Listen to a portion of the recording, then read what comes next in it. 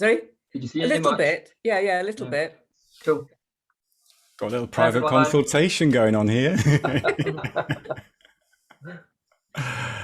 Right, this is great. We're getting a great number of people on here, a lot of different types, some oxygen advantage instructors, which is great to see. A lot of clients, so fantastic. Just let a few more in and then we will crack on. It's a very popular session today. I'm thinking back to when we last did this. So there's obviously a lot more interest in heart rate variability, biofeedback, and hormetic stress. Great. If I can ask you all to put yourselves on mute. I'll just make sure you're mute. I will unmute Andrew. Brilliant. So thank you. Welcome to this afternoon. Thanks for joining. For those of you new to these Friday sessions, they came about in lockdown when I thought it's a great idea to chat to some of my friends, my colleagues, some of the other instructors that I'm working with, and just get some of their ideas and share those with friends, clients. So it's very much an informal chat. Andrew and I have been working together for quite a while now, actually from the beginning of lockdown. We do retreats together. And in fact, we're doing our third, is it the third? I think it's the third retreat. This time next Friday, we'll be prepping for our Loch Long retreat this time next Friday. And also we're doing the first ever Oxygen Advantage retreat instructor training over 4 days in September as well together. So we're preparing for that. We also work together on the Run with Ease program.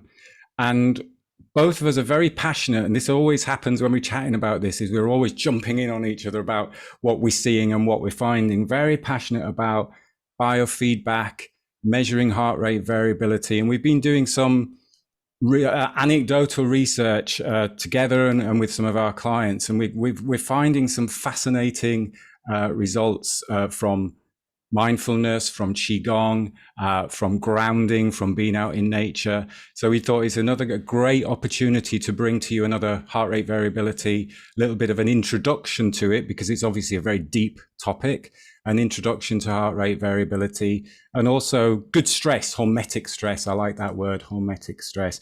And Andrew really is really digging deep into all the research on this and has a lot of research. So Andrew, thanks for joining again, and I will hand over to you. We will have time for questions at the end as well. So, Andrew. Yeah, for sure. And I'm just going to share my screen now, so hopefully that will share up a presentation. Let's just do that. Okay, great. Can we see that? Can I get a thumbs up if people can see this? Yeah. Fantastic. Okay, great. Well, listen, first of all, thank you very much, everybody, for taking the time to come in. Thank you, Gray, for giving me the opportunity to talk a little bit about some of these pieces.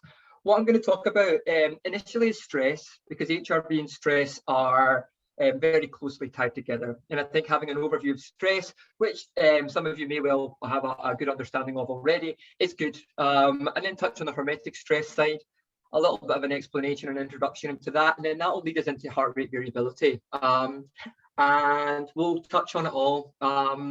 It's a kind of overview of it, a kind of simple breakdown of it, but definitely if anybody has any questions, if they're currently doing anything or they want to know anything about it, then I'll do my very best to be able to answer any questions. So hopefully I'll be able to give some time at the end up for that. So I'm going to just blast straight through this, okay? If anybody does notice anything and want to ask a question, just kind of shout at me as well, because I'm quite good for, well, hopefully I'll be able to answer anything that you've got there. Okay, let's just see if I can get the presentation working though.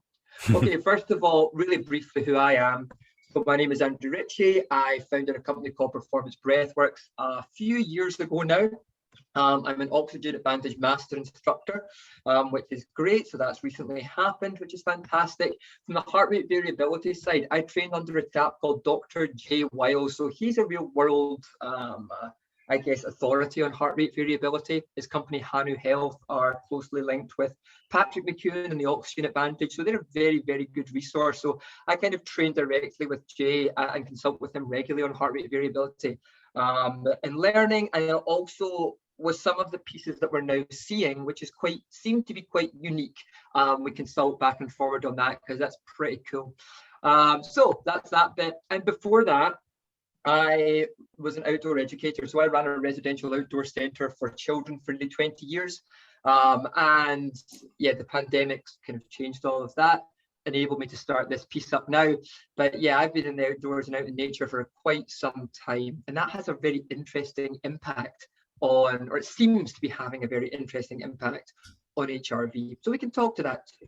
Okay, and I'm an AIM coach, so I have had the opportunity to work with Gray now and be part of his team at AIM for a year or two now, and it's just great. So thanks for the opportunity for all this, Gray, because I've learned so much from you.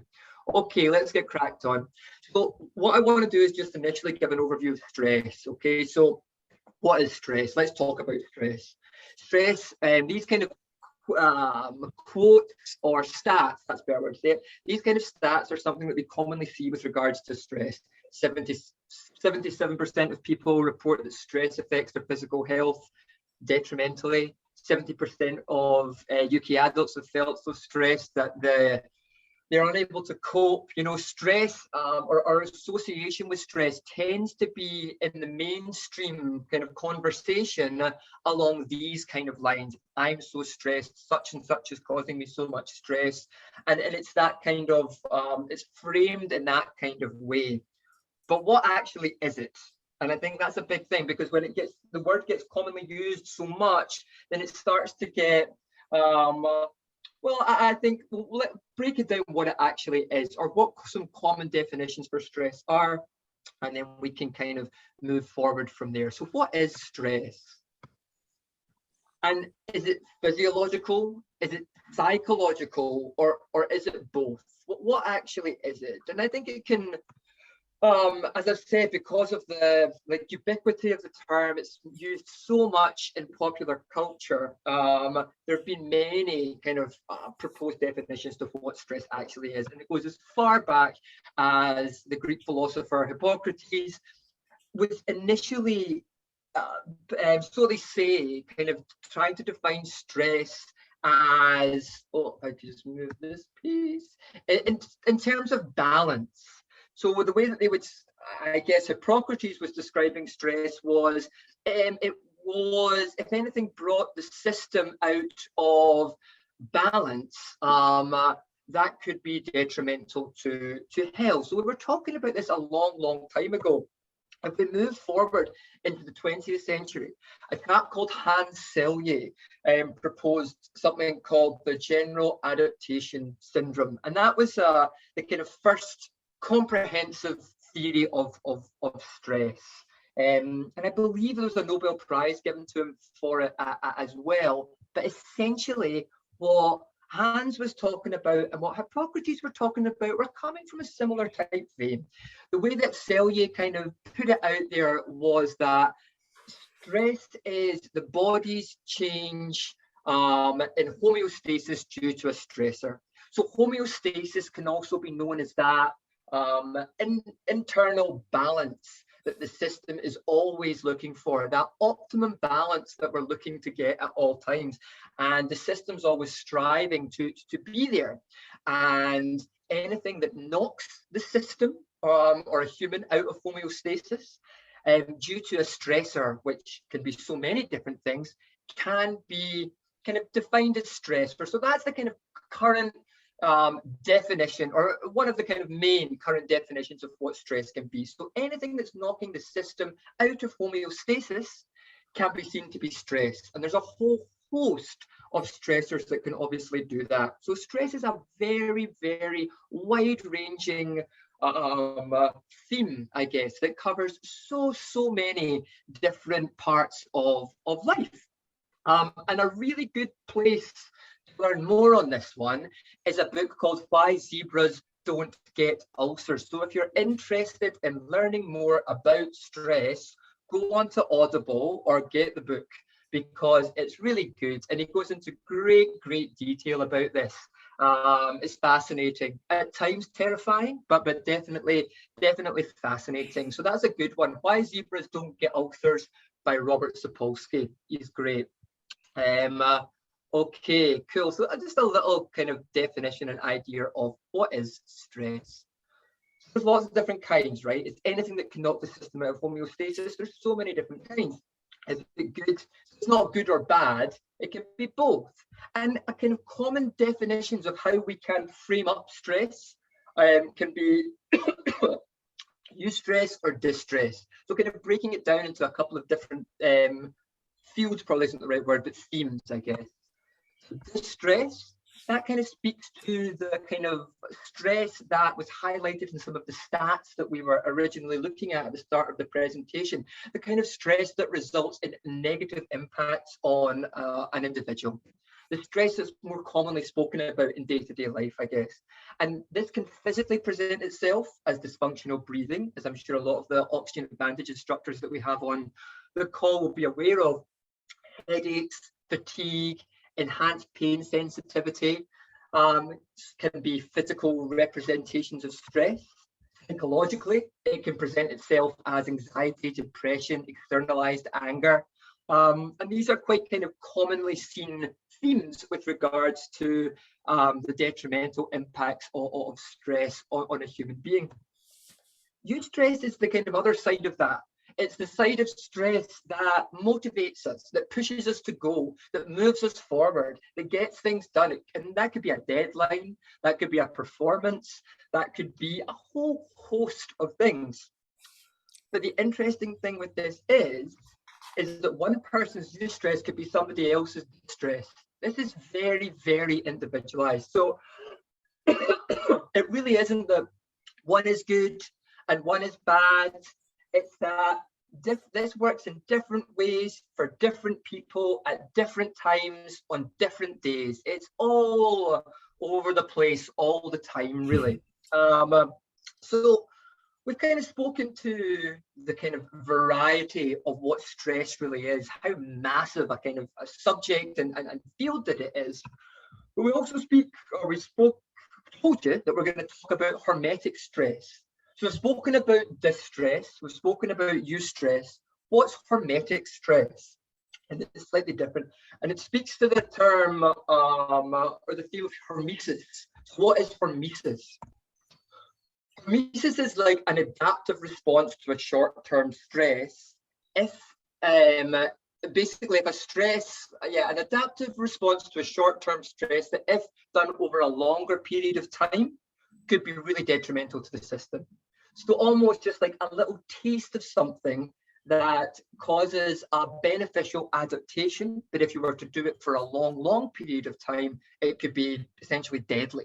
So you need to be very, very careful. But that's the idea of a hormetic stressor. It can be seen as a good stressor, provided it's done in a little short, small dose in order to make the right kind of adaptation for that individual for at that time, you know.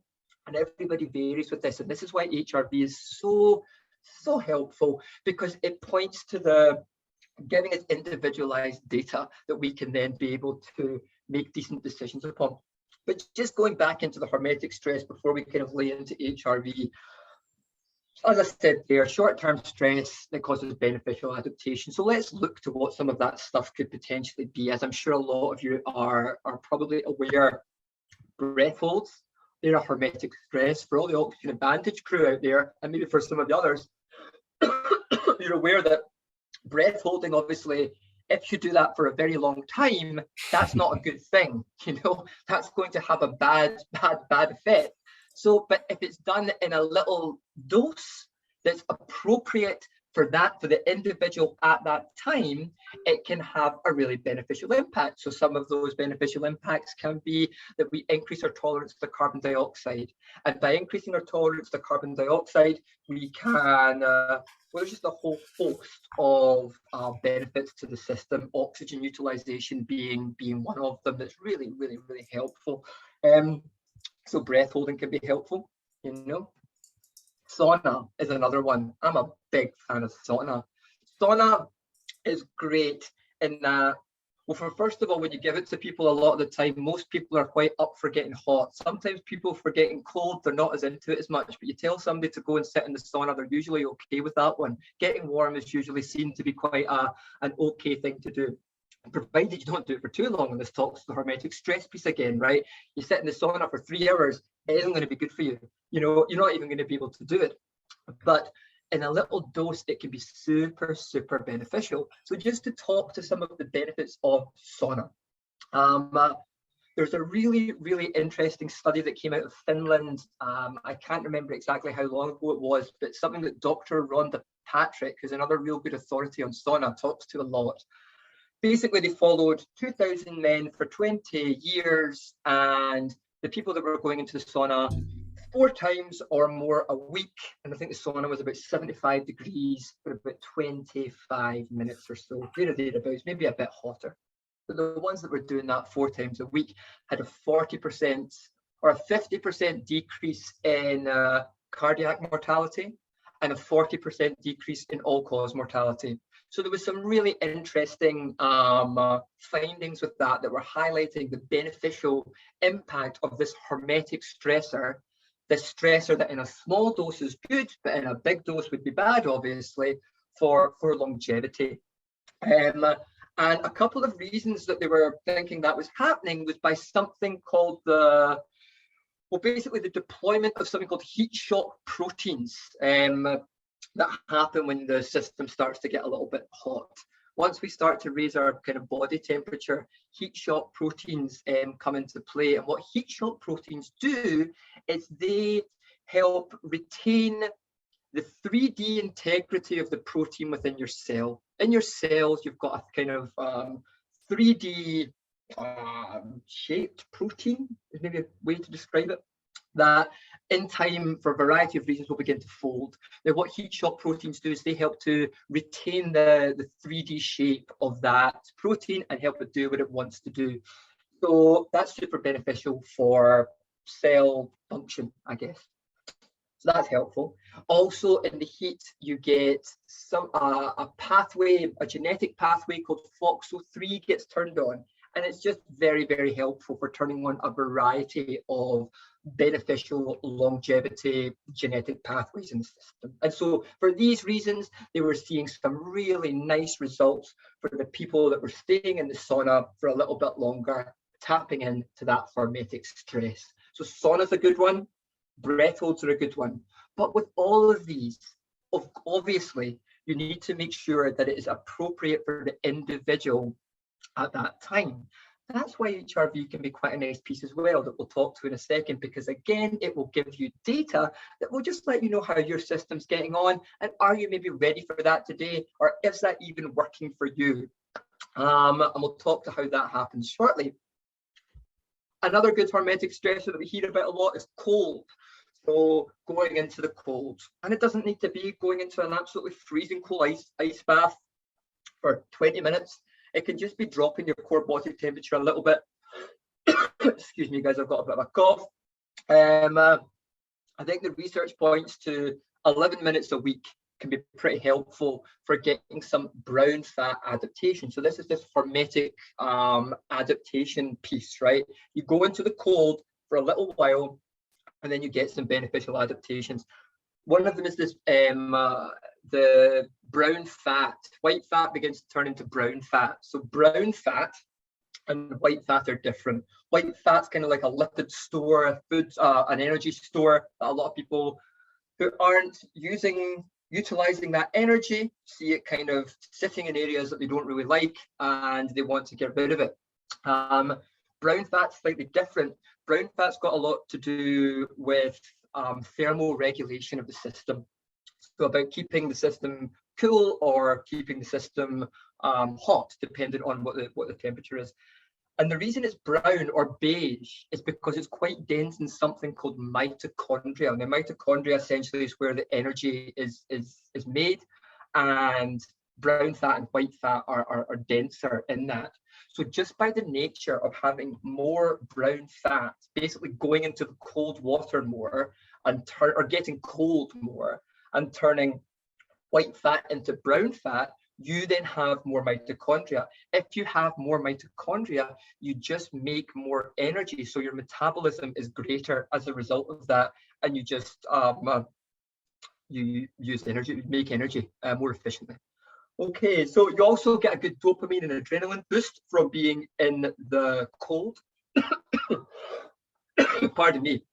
Apparently, we get the cortisol boost as well. And a lot of this stuff, I'm getting this from Andrew Huberman a lot of the time. He's a great resource. So if anybody wants to find out more on heat, on cold, and in a variety of other places, a podcast for you to check out is the Huberman Lab, Huberman,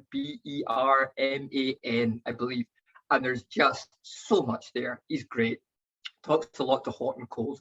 Okay, sweet. So we've talked about hot, we've talked about cold, we've talked about breath holds, all hormetic stressors, a little dose of them for a beneficial effect. But you've got to make sure it's appropriate for the individual, especially if you're prescribing that from a coaching standpoint. Exercise is probably one of the most commonly used hormetic stressors. Yeah, we don't need to walk around with resistance training 24 hours a day, but you know, when you do it for an hour, for however long you do it for, maybe it's not even an hour, whatever's appropriate for that individual, then you have a beneficial response. You increase muscle mass. It could be aerobic development through aerobic exercise. Again, it's a hormetic stressor. It's something that we just take a wee taste of and then we build back a little bit stronger. I guess a good way to put it is like whatever doesn't kill you makes you stronger. Is a kind of simple and I guess kind of commonly used way to describe some of this stuff. Fasting as well can be seen to be a hormetic stressor too for some individuals. So there's lots there.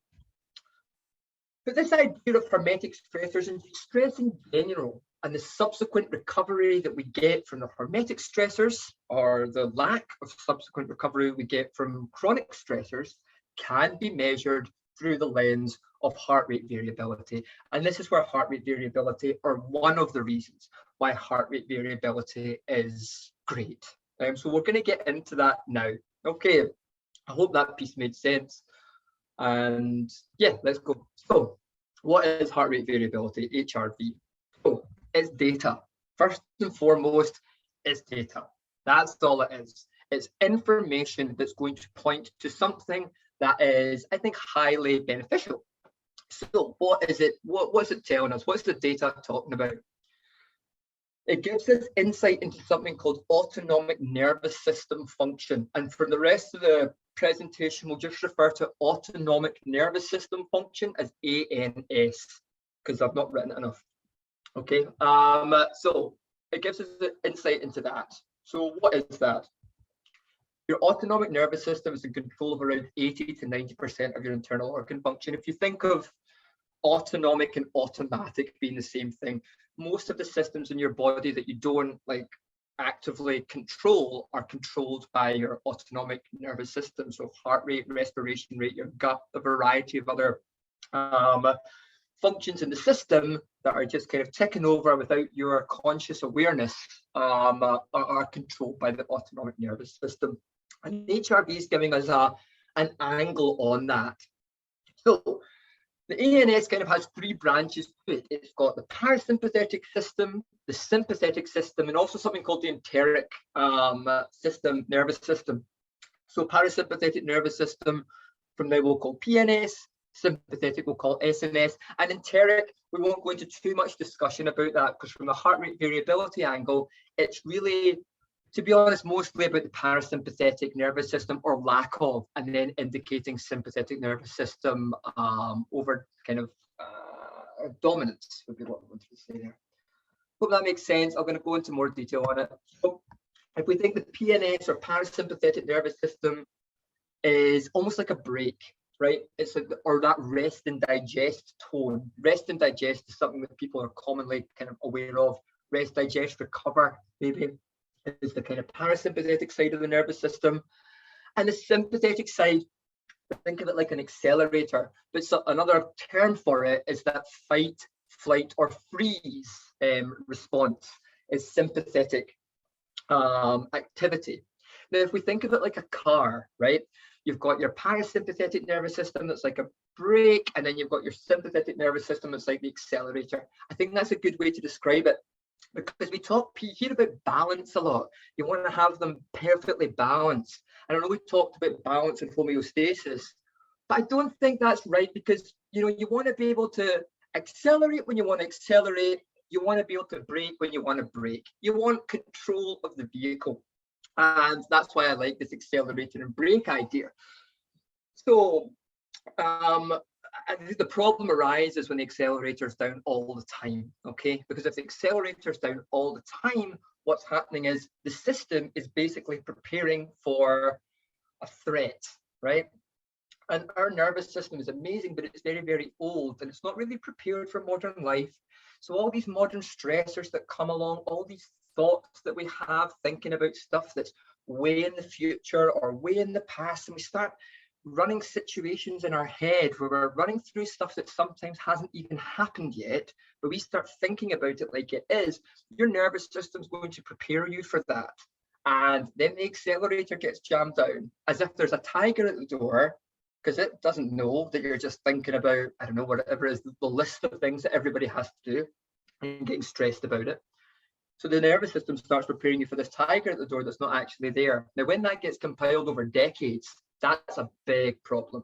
So what we need to be doing is engaging this brake, telling the nervous system that it's okay. And HRV is very, very helpful for this, because what HRV will do is it will give us data that highlights, is the brake being engaged, basically? Are we parasympathetic dominant? Because these things are working together all the time. They're always on. Sympathetic is constantly there, scanning the environment for danger, ready to get you out of trouble to keep you alive. But we just got to be able to turn it off, tell the system that we're okay, and engage the brake. And interestingly enough, that parasympathetic nervous system will kick in after seconds, you know, so we can turn that on quick. We just have to tell the system that we are safe, essentially. And the beauty of HRV is it just gives us numbers that we can see that that's happening. And in this day and age, people a lot of the time need numbers. So once you see the number and you have the subjective feeling, it locks in the brain and you do more of it, and then bingo, it's good. Okay, so I hope that makes sense. Sometimes start to go a bit off piste when we start talking about HRV. So yeah, as I've said, that HRV highlights its parasympathetic activity it's showing you a lot of the time. Certainly the stuff that we look at, or that I'm looking at, and a lot of the time that is using an app called Elite HRV with a polar H10 heart rate monitor. It's pretty good for that, and it's quite cost effective. So that's what HRV is doing, giving us a window into parasympathetic nervous system activity, which is great. Oh yeah, and how is it calculated? So what they're actually, the way they're doing it is that they're looking for the time difference between each heartbeat. So it's looking at, is there much time, or what is the difference between in milliseconds between each heartbeat? Now, if there's variation there, that would highlight parasympathetic activity. Without going into a lot of detail there, basically think variation in the time difference between each heartbeat, higher HRV, higher parasympathetic activity. If there's not much variation, so essentially if the heart is beating like a metronome and the time difference between each heartbeat is the same, then what that's signifying is heart's not liking this, there's something that's going on, there's some stressor in the system that the heart is dealing with. Essentially the heart saying, I'm now having to take matters into my own hands because there's something going on within the trillions of processes that are happening within the body at one time I'm not that sure about. Now I'm just going to start beating like a metronome. Then you've got lower HRV, and that would indicate a stressor. That's not bad, but we've just got to be able to manage it and know about it. Because once you've got these pieces and you know, then you know, and then you can start making some really, really helpful decisions that are really good. So let's talk to that a bit more. Why is it helpful? So initially, like maybe you use Whoop, you use Aura if you're checking this stuff out, and they're great. What a lot of the time what they'll do is they'll give you a recovery score. And the idea, I think, a lot behind them is that from a, potentially from an athletic perspective or a training perspective, you can make a decision based on what your Aura ring or your Whoop is telling you about how recovered you are. What's happening is that your Aura or your Whoop will be taking HRV data through the laser in it, like the shines a laser to get a pulse rate, and it gets the data from that through the night. So I'll do that while you're sleeping, and then it will give you a score, and then you can kind of see, well, how recovered am I? How parasympathetic dominant am I through that period of time at night to be able to make a decent enough decision in the morning to say, well, either I'm going to go for it or I'm not. And that can be really helpful recovery because, or for recovery information, so you don't push yourself when your system's not ready for that. Super, super helpful. That's great. But there's some other really nice stuff that we can do with it with some other pieces of kit. So biofeedback is something that we can do when we have the equipment to do that. And I would say always suggest currently Elite HRV with a Polar H10, maybe their Core Sense, but I've not used it much. But Hanu's coming out soon, and Hanu looks really, really good too. So Hanu Health, definitely check that out because that's continuous, and we can ask me questions on that if you want to later. But biofeedback, what you're basically doing there is you're using the data almost in real time alongside some breath work. So what you'll do is essentially breathe. A lot of the time it's paced, and we can talk to that because sometimes you don't need to be pacing to get some really big jumps. But a lot of, from the biofeedback place, a lot of it is paced at a rough cadence of about 6 breaths a minute, because all of the tens of thousands of research studies point to that being really effective, because it is effective.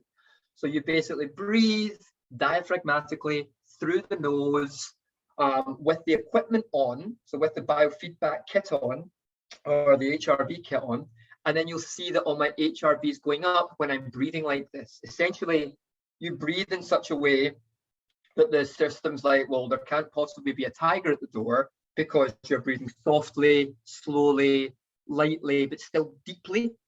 And then you just see HRV go up. And it's helpful for people because once they see that and they feel it, so you've got that subjective and objective, then they're like, oh, well, this works. I'm going to do more of it. And then they just build one of the best practices that you could really be doing. Because you're sending the signal of safety to your nervous system. That's what's happening. And kind of on a global scale, that isn't really happening right now. People are all very stressed. Pardon me, guys. And this chronic stressor thing is real. And for so many people, they don't even know they're stressed because they're just doing what they do. And that's fine. And that's the list. And that's what I've got to get done.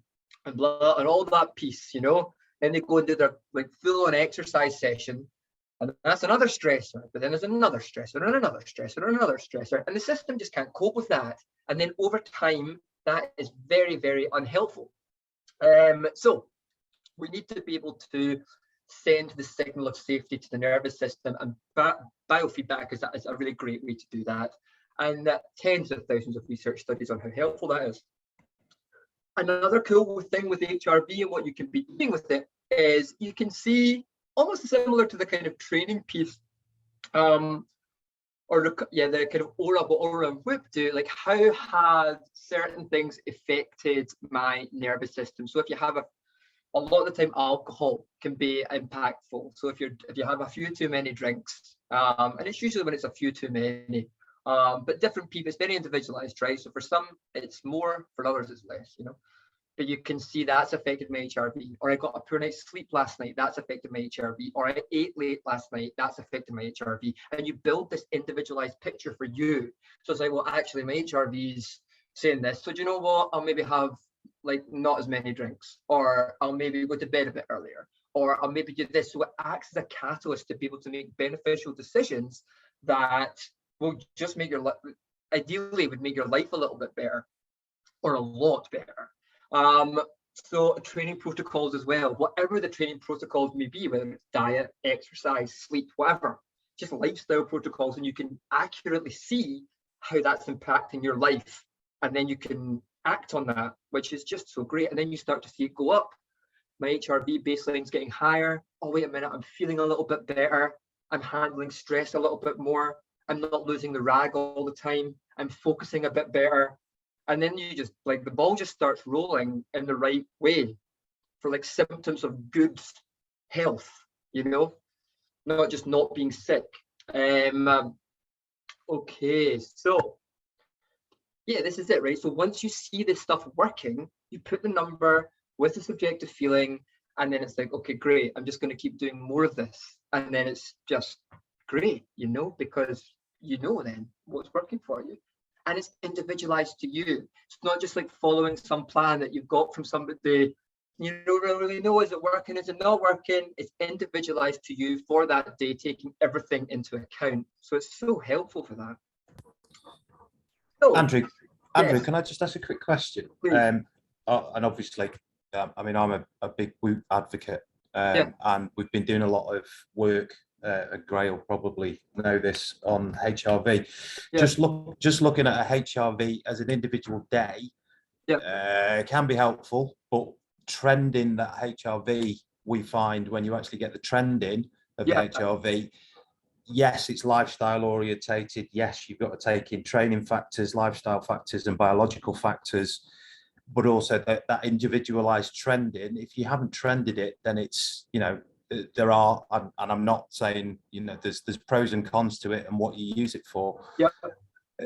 On a trending scale, if your HRV is going up in a trend, and it won't go up every day based on, like you say, sleep and stuff like that. Classic one last night, I ate late and my HRV dropped. Yeah. Now, to the layman, if they saw the HRV drop and they didn't have something that was telling them, that would go, oh my God, I'm doing something wrong. But if you see it on the trend and like you say, what affects those trends, like sleep patterns, deep sleep against REM sleep, etc., then surely that's a good thing. So sorry, so what would be a good thing that you're looking at? Sorry, what was the question? The good thing would be that. So all I'm saying is you were saying that Whoop's got its benefits, Aura's got its benefits. Yeah. And I've not had any interaction with Elite Fitness HRV systems or anything like that, which I will look into. Yeah. But I know from trending on the Whoop data I've got and tracking, I know exactly what I did the night before, how much good sleep, and the linkage between my circadian rhythm and what happens to it. If you haven't got that knowledge, then you could potentially put people into a panic situation where they go, oh my God, my HRV's dropped. Yeah, so for sure, right? So what we've got to do with people is frame it up in a really, sorry, I'll just get my screen share back on just so I've got that, 100%. This needs framed up for people in a really important way. So if we're working with people, what you first of all need to say is, you need to get a baseline set so you know roughly what your baseline is, and then you need to track it so that you can make decisions over time, for sure. And I think what can be a problem for people a lot of the time is that they'll take a reading and they'll see they've got an RMSSD, which is quite a commonly used metric, of like 20, and it's like, oh my goodness me, that's really low. They'll get themselves into a panic situation. So the whole HRV piece needs really framed up for people to do exactly what you're saying. You need to see the trend, the beneficial trends over time, and then utilize it in the way of just seeing like what's working for you and what's not. And then you start to build that picture so that you do see these trends pattern in the right way over time, and not get upset because it was really low that day, and get yourself into a panic and get yourself more stressed. Because you're bang on. I think what can happen here is that when you don't frame it up right for people, and the information, they don't have the kind of, they don't know that they want to be looking at it over a longer period of time, they can get really confused and concerned when they see low scores. And it's not about just getting, exactly like you say, Phil, a low score on that day. It's about just using it as a piece of information to build a nicer picture for you. But you've seen what works for you and you've seen what's not working for you. So just you angle your decision making in that way. But what's a really common one is people just sometimes with Whoop and Aura, it's not, and I don't use Whoop and Aura, man, so I'm not 100% sure on how that gets put together, right? But they see a low score and they start panicking because maybe they've seen on like Instagram somebody's posting something of like 120 and they're like 10 or 20, and they freak out. And it's not about that, because there's so many different factors that can impact HRV. It's more about, I think it's more about looking at modulation, right? So from the biofeedback perspective, if anyone's just like, that's why I like Elite, right? Because what you can start doing is real biofeedback. And you see if you're, maybe on your whip, it's like 100, but you can't modulate it past 103. But see, somebody could have an HRV of 20, but then see when they start doing biofeedback, they can stick that up to about 60, and then it stays. And it stays for a little bit longer. So what that's showing is that this person, although they maybe don't have this higher baseline, they are able to modulate control of their nervous system more often. And that as a skill, as a training piece, is way, way more, I think, effective. But yeah, for sure, you need to be looking at it as from a trending perspective over time, and just looking at what's working and what's not for you, and not getting panicked when it gets low, you know, because you're going to be fine. But yeah, I need to see more on what Whoop looks like. But just to touch on this piece as well, guys, like what works or what we've noticed working for people. And again, this potentially talks to what I was saying there before. Like, it's individualized. Some things are going to work for some people that may not work for others, but there's certain things that do seem to stick quite nicely. So what does work? And you've got to play with it. I think that's the first piece. Try it out, enjoy it, have fun with it. Don't stress when it gets really low, but be aware of what different things are doing. And then, yeah, for sure, looking at it over time and seeing things start to trend in an upward direction is excellent. But I think, sorry, just before we do that, I think what's more important, or what the most important piece of HRV is using it as a way to be able to have a metric where you can see real-time modulation of the nervous system. So using, like, working out, what can I do that's taking me from a sympathetic accelerator down piece and engaging the brake. And then once you give that to somebody, if it's a coaching thing, once you've given it to them, they don't need to go and take the data all the time. They know what they can do in order to modulate their nervous system, and they can just do more of it. And then they just do it again and again and again. And then they just begin to have real control of the nervous system. And I think that's where the biofeedback piece that you get from Elite HRV, that you'll get from Hanu, that you can get from Leaf, is where it's really great. And Aura and Whoop for trending and tracking, fantastic. But the biofeedback piece and the nervous system modulation piece is key. And we want to be giving that to people, because that's where I think it can have a huge impact on so many things. But so what works from that perspective? Exercise as a way to be able to stress the nervous system and then let it bounce back stronger is great. You know, you do exercise, you'll notice your HRV goes down, and then in time it starts to build back up again, especially if you're not doing any. That will start to, potentially you'll see baseline HRV increase over time. Breath work. And this is this piece that I was talking about with the biofeedback bit. Send the signal of safety to your nervous system so that it engages the brake. And then you've got that tool in your pocket all the time. And the beauty of regular safety signaling, I guess, is that your nervous system just gets used to that. It's just aware of it. And then when the stressor does come, it knows that, okay, well, I know I've felt the signal of safety so often that I am then more equipped to be able to deal with this situation. And I think in the current climate, or just in, like, for everyone, that's massive. So I think that's one of the big ones. And I don't know if that needs to be done at 6 breaths a minute. The research will tell you that's the most effective. But I think when you combine other things, it becomes quite interesting. Before we get into that, diet, and just, like, you know, this, I mean, I'm not a nutritionalist by any stretch of the imagination, but when I spoke to the people that taught me about it, the angle was just tell people to eat a whole food diet. You know, a whole food diet is helpful, you know, and I think that is very individualized. So you want to speak to the right people about that for you. Okay, and for some, fasting can increase it, for others it may not. You know, it's all about working out how it works for you. Temperature, again, that kind of exercise idea, that hormetic stressor. You'll see if you go in the sauna, your HRV is going to get tanked, but then when you come out, over time you may start to see baseline HRV increase. You may not, but that's not what's most important. What's most important is that you use the metric in order to gain control of your nervous system, so that you are then a more, you've got control of your nervous system, you know, and from a health perspective, it's just massive. This is one of the most important, I think, and this is being, I don't know if it's being missed or not, to be honest.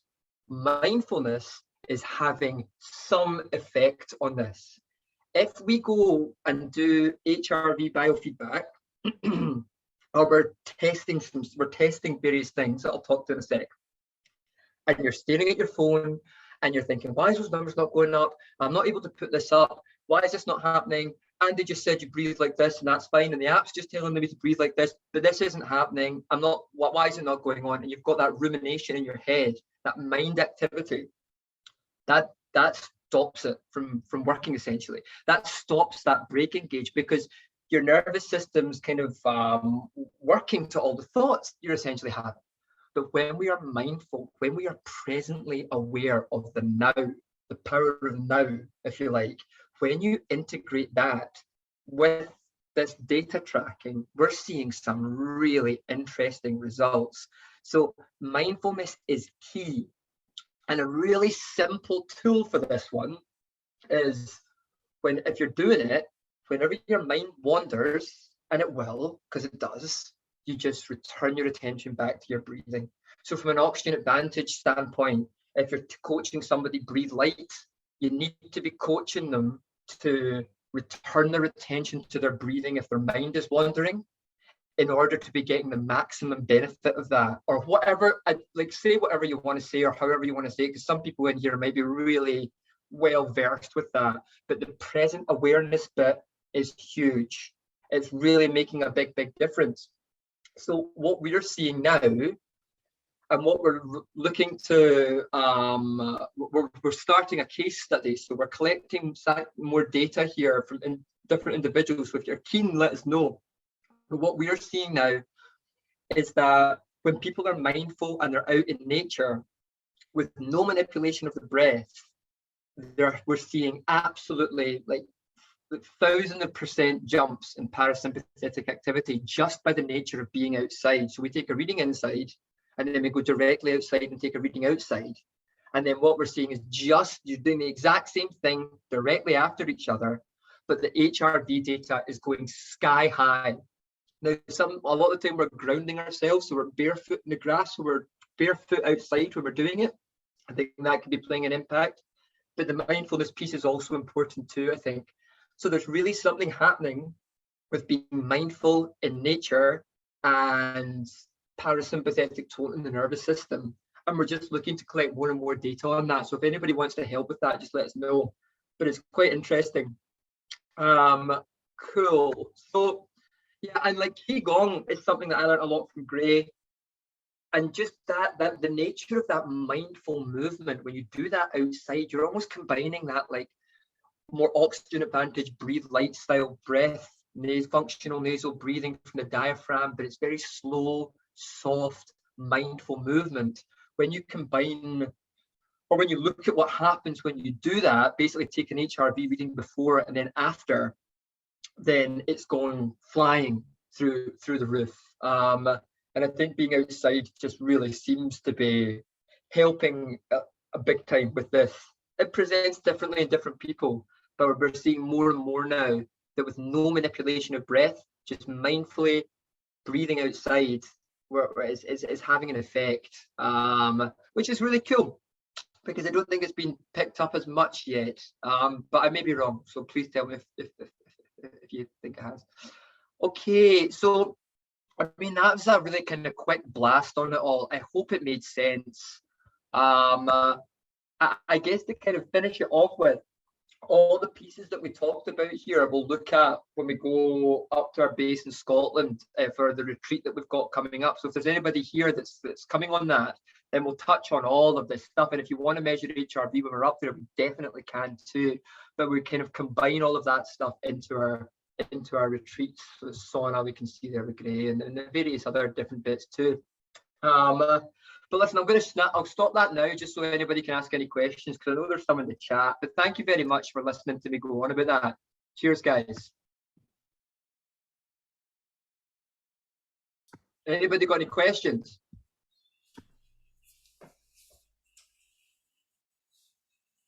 Everybody's gone really quiet. Was it that? Tom's got a question. Tom's waving his hand up there. Hi, Tom. Hi, Tom. Hi there. For those of us who don't have a sauna, does a hot bath work? Yeah, I think it does. I think it does. I was doing that, Tom. I was doing hot baths when I can't get into the sauna. I do that quite regularly. And I think just obviously be careful with the temperature. It's, just being a little bit comfortable when it's uncomfortable. You don't run. The way that I do the bath is you go into the bath when it's like relatively hot, get in it, and then increase the heat. Don't make it so steaming hot, and then you burn your feet trying to get into it. You just make it warm, and then you go and crank up the heat. And I can find that sometimes can be more uncomfortable to an extent than the sauna. So just lean into this stuff gently, if you, from a hormetic stressor perspective, and make sure it's right for you. Consult a doctor if you're ever in any concern. But yeah, I think a hot bath works a treat. So definitely. Following on from that, next we were talking about the white fat to brown fat. Yes. What kind of time scale does that happen in? Yeah, so I think there's the research is from a lady called Susanna Solberg over in Finland. I think she was studying cold water swimmers. Her piece, I think the kind of what she was looking for in order to see the adaptations that they saw within the study that I can't recall right now. That was about 11 minutes through over the period of the week, right? So like you split that down into 3-4 sessions if you like. And how quickly does it happen?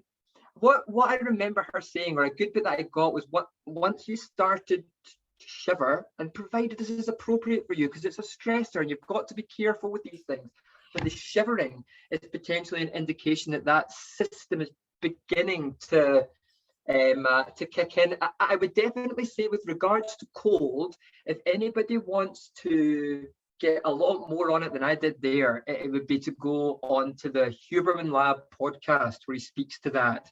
But 11 minutes a week, Tom, is what they're saying there. And it's just whatever you can, I guess. But yeah, he certainly talks to it in a lot of detail in that podcast. It's pretty. I thought it was quite a good one. So you have a listen to that as well. I'll give you a listen on it. No, I think I was looking too deeply into physiological things, and it's more just do the thing. And don't worry about what's happening. It's good. Aye, sometimes, just leaning into being a little bit, provided it feels safe and it doesn't feel like too full on, too dangerous. Just leaning into being comfortable, feeling a little bit uncomfortable sometimes. If we're not doing any of that, it can be quite helpful. Thank you. Anybody got anything else? I hope it made sense. Did it not make any sense? And that's why no one's asking me any questions. No, there's questions in chat. There's questions in chat. Don't worry, I'll read you some questions now. Tara's saying, thank you. That was really great. Really clarified some things. Appreciate that. Claire, who has described herself as a tired midwife, says, do you know anything about the impact of working nights on HRV? So I'm thinking like circadian rhythm and stuff like that, working nights. Yeah, I think that working nights can take its toll on the system, and I think that could be highlighted in heart rate variability. And I think with these things, it's not really difficult and complicated to be able to start measuring this. It's some pretty relatively simple kit, and if anyone's ever interested, they just let us know. We can talk through like what you want to be looking for and what you want to be looking at. Just to tell you that now, one of the key metrics to keep an eye on is something called RMSSD. When you get into the metric piece, there's a lot, but RMSSD seems to be the one that is most commonly used in research to show parasympathetic tone. So to answer the question with HRV and working nights, it may have an effect that's lowering it.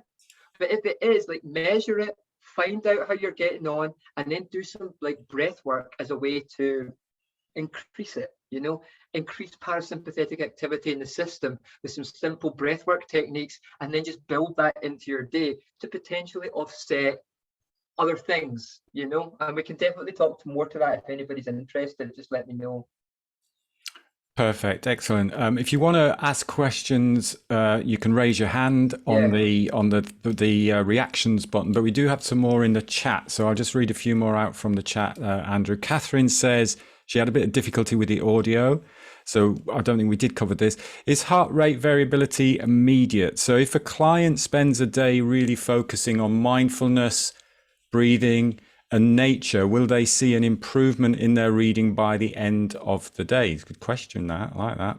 Yeah, well, what we've been noticing in if using the Elite HRV and Polar H10, you can get it's maybe easy to say you take a 2-minute reading. So what you would do is you would take a 2-minute reading inside, and then go directly outside and take that reading again. You see instantly, you see what's happened right away. So essentially what can be happening is you can be engaging that parasympathetic tone in your nervous system in seconds, you know, so that kicks in seconds. So by engaging in mindfulness, by engaging in soft, slow, silent breathing through the nose, you engage that system right away. So that would, dependent on the kit that you're using, you would see HRV go up right away. Some stuff you get it real time, so you just see it go up instantly the minute you start engaging in some of that stuff. So mindfulness and kind of alongside, so that kind of oxygen advantage, breathe light,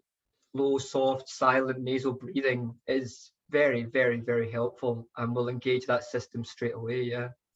So I guess the benefits of that is, like you say, what type of kit you're using, because if you're doing that and measuring throughout the day, you could, as you say, you can get that real time with the Elite HRV with your heart rate monitor. But ideally then what you want to see, if you've done that, is if you're using something like a Whoop or the Aura Ring that is measuring your overnight, to give you that measure of how the HRV is the next day. So that, I suppose that will tie in with if you had a good day doing that type of practice. Yeah. But what you could then do is have a day doing all of that, and then go and have a few drinks and a pizza late at night. So you're right. So there's all of that, isn't there, I suppose, to take into account. But you can, like you say there, measure sort of like real time stuff, which I think is the nice stuff for people to see, because like you say, they immediately get some feedback to say, wow, this is I have changed that number.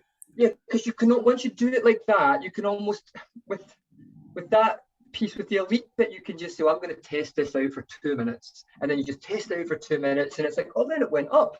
You're like, okay, I'm going to do more, and then you just do more, you know. And I think that's where it's super helpful. Does somebody have a question? Julia, do you have your hand up there? Julia's got, yeah. It sounds like it'd be really useful for yoga, because there's lots of different breathing practices that you can do, and you can choose between the practices. I haven't done that before. I mean, I've done it testing on myself, but not on clients. So that sounds really exciting, because it's sometimes really clear what some breath practices work really well for some people, but not for others. And for them to see the numbers would be really, really useful. Yeah. Really cool. I think it can be, you know, and I think it's important to frame the numbers up in the right way for people, just so that they know that if it's really low, this isn't a problem. It's just a guide and a gauge. But certainly, like you say, that trying out different things to see what works for them, and then they might find out the one that works for them, and maybe that's the one that felt a little bit better, but then they saw the number 2, and it just logs in the head, and it's like, well, they can go and crack on with that one, and then they might just do a little bit of it every day, and then the benefit that comes over time with that, I think, is pretty good. Yeah, and so just stressing really it's the change in the HRV rather than the actual numbers that they need to focus on, kind of thing. Yeah, so it depends on the equipment that you're using. I think from a biofeedback and kind of open monitoring place, Elite HRV, Polar H10 is really good. It's also EKG, so you're wearing it on your. It's taking a slightly different way of measuring the data that's quite accurate.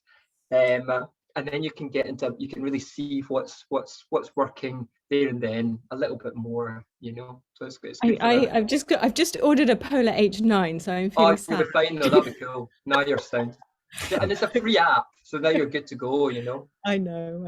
Yeah, I've used it before, but it's been a while since I've used it. Yeah. Cool. Linda, do you have a question? We've got a couple more on Zoom.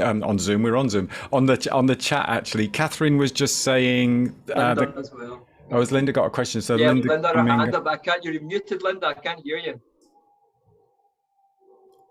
I can't see where Linda. Right, I'm talking from a perspective of athletes, and we use HRV to see if you're overtraining. So you're sort of intimating that you can bring your HRV down through these various techniques. But if it's a higher HV because of overtraining, what's the perspective on that? Yeah, so the way that what the bits that I use, if you would see what you may have knocked. You've a high HRV because you've pushed yourself into parasympathetic overload, basically, because you've been training too hard and you've been overtraining. Yeah, and so the athlete sometimes can feel subjectively low, I guess, because you've pushed yourself so hard. Then I think what you would want to do, if you see your HRV like sky high, then that can be due to like parasympathetic overload. Essentially, you've overtrained and your nervous system's having to knock you into a lower place, I guess. And then you would just have to take the day off, and maybe some of the light breath work as well, I think, to kind of rebalance potentially. What we tend to commonly see with overtraining or people that are training too much is the sympathetic activity is really high. And then when sympathetic activity is high, you would see HRV numbers, I know this sounds probably quite confusing, lower. So when sympathetic activity is high, you would see HRV low because HRV is corresponding to parasympathetic activity. Now, if you see that, again, you've just got to take a day off, engage in some of the recovery work, breath work. Occasionally what happens, and I think potentially more with aerobic training, is we see this really big, huge boost in parasympathetic activity because people have just overtrained. Again, then we just need to take the day off. There's certain rules you can apply.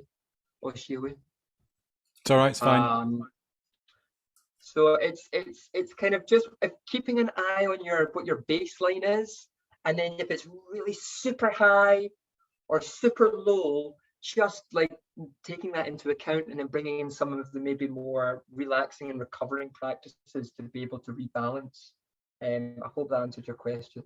I think with that also is remembering and going on how you feel as well, because it's always just checking in. You might feel tired, but whatever. So it's just obviously checking in with how you feel. There's a few more questions in chat. I will read out to you. So Alice has a client who has had a triple heart bypass and suffers from a lot of ectopic beats. I wonder if you've had any information on this or experience of it. Yeah, so what can happen, and this is why some devices can be better than others. Ectopic beats can in some applications be removed as like artifacts. So they're like some I think Elite's okay for it. I don't think the old Apple Watch wasn't very good at removing artifacts. So ectopic beats sometimes would come in and skew data. So certainly ectopic beats can skew data a little bit, but certain, as far as I'm aware, Elite with the EKG is pretty good at being able to remove unhelpful data.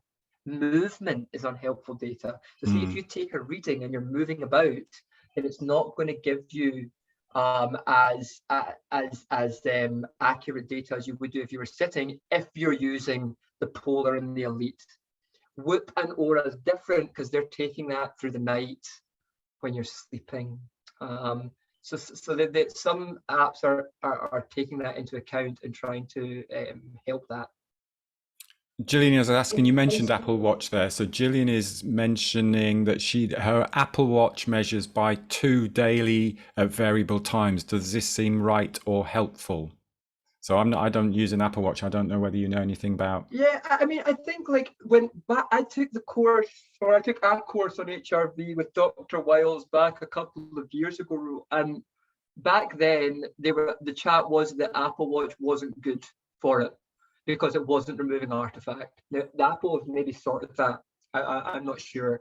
But back then he said it wasn't great, so maybe they've changed that now. I don't know. But I think like this idea that it takes a little bursts at different times through the day, that's fine. Like that's what Whoop does. That's what Aura does. It takes it throughout the night in various spurts because it has to. It's not taking it continually. Hanu, which is Jay Wiles's new device, it's maybe coming out soon, and also a device called Leaf.